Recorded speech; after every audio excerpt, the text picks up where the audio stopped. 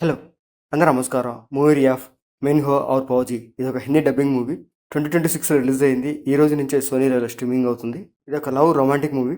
Romantic scenes అంటే మరీ adult scenes అంత ఏమి ఉండవు కానీ just hug and kiss scenes వరకైతే ఉంటాయి.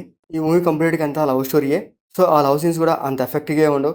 ఆ లవ్ స్టోరీస్‌తో వచ్చే సీన్స్ కూడా చాలా రొటీన్‌గా అనిపిస్తాయి. ఇంకా ఈ మూవీ స్టోరీలోకెళ్తే మన హీరో, హీరోయిన్ ఒకప్పుడు ప్రేమించుకొని కొన్ని డేస్ లివింగ్ రిలేషన్‌షిప్‌లో ఉండి కొన్ని ప్రాబ్లమ్స్ వల్ల వాళ్ళిద్దరి మధ్య గొడవలొచ్చి విడిపోతారు.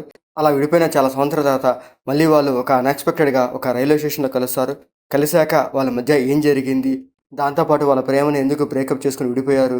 తర్వాత మళ్ళీ చాలా సంవత్సరాలు కలిసాక వాళ్ళు మళ్ళీ కలిసున్నారా? లేకపోతే విడిపోయారా? అసలు ఏం జరిగింది వాళ్ళ మధ్య? అన్నదే ఈ మూవీ స్టోరీ. ఈ మూవీలో ఇద్దరు ప్రేమికులు విడిపోయాక వాళ్ళు మళ్ళీ కలిసాక వాళ్ళ మధ్య జరిగిన కొన్ని సంఘటనలు ఒక స్వీట్ మెమరీస్ లాగా చూపించడానికి ట్రై చేశారు కానీ, ఆ మెమరీస్ చూడడానికి అంత స్వీట్‌గా అయితే లేవు. అవి చూడడానికి కొంచెం ఓపికగా ఉండాలి. అంత సీన్స్ కూడా ఇంట్రెస్ట్‌గా అయితే కూడా ఏమీ లేవు. ఈ మూవీలో ఒక సీన్ అయితే బాగుంటది. అదేంటంటే ప్రతి లైఫ్‌లో మనీ అనేది చాలా ఇంపార్టెంట్‌ది. ఈ మూవీలో కూడా లవ్ కన్నా మనీయే ఇంపార్టెంట్ అన్నట్టుగా చూపిస్తారు. ఎందుకంటే ఇద్దరి మధ్య లవ్ ఉన్నా కూడా డబ్బు లేకపోతే ఎన్ని రోజులు కలిసుంటారు.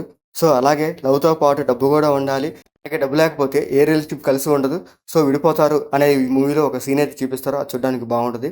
ఇంకా ఈ మూవీ స్క్రీన్‌ప్లే వచ్చేసరికి ప్రెజెంట్ జరుగుతున్నట్టు చూపిస్తుంటాడు. మళ్ళీ ఒకసారి ఫ్లాష్ బ్యాక్‌లోకెళ్తాడు. మళ్ళీ ప్రెజెంట్‌లోకొస్తాడు. మళ్ళీ ఫ్లాష్ బ్యాక్‌లో వెళ్తుంటాడు.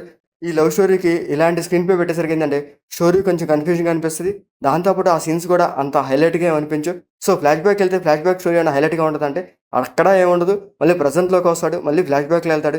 స్టోరీని ఇలాగే తిప్పుతూ ఉంటాడు. ఆ సీన్స్ కూడా అంత ఇంట్రెస్ట్‌గా అనిపించవు. క్లైమాక్స్ కూడా అలాగే ఉంటది. చాలా సింపుల్ క్లైమాక్స్ పెట్టినారు. ఆ సింపుల్ క్లైమాక్స్‌తోనే ఈ మూవీ ఎండ్ చేసేస్తారు. ఈ మూవీ కంప్లీట్‌గా హీరో అండ్ హీరోయిన్ మధ్య చుట్టూ తిరుగుతూ ఉంటది. వాళ్ళ క్యారెక్టర్స్ బాగుంటాయి. వాళ్ళ క్యారెక్టర్స్ తగ్గట్టు వాళ్ళ యాక్టింగ్ పరంగా పర్లేదు బాగానే ఉంటది. ఇంకా ఈ మూవీలో మ్యూజిక్ అండ్ టెక్నికల్‌గా కాస్త పర్లేదు బాగానే ఉంటది.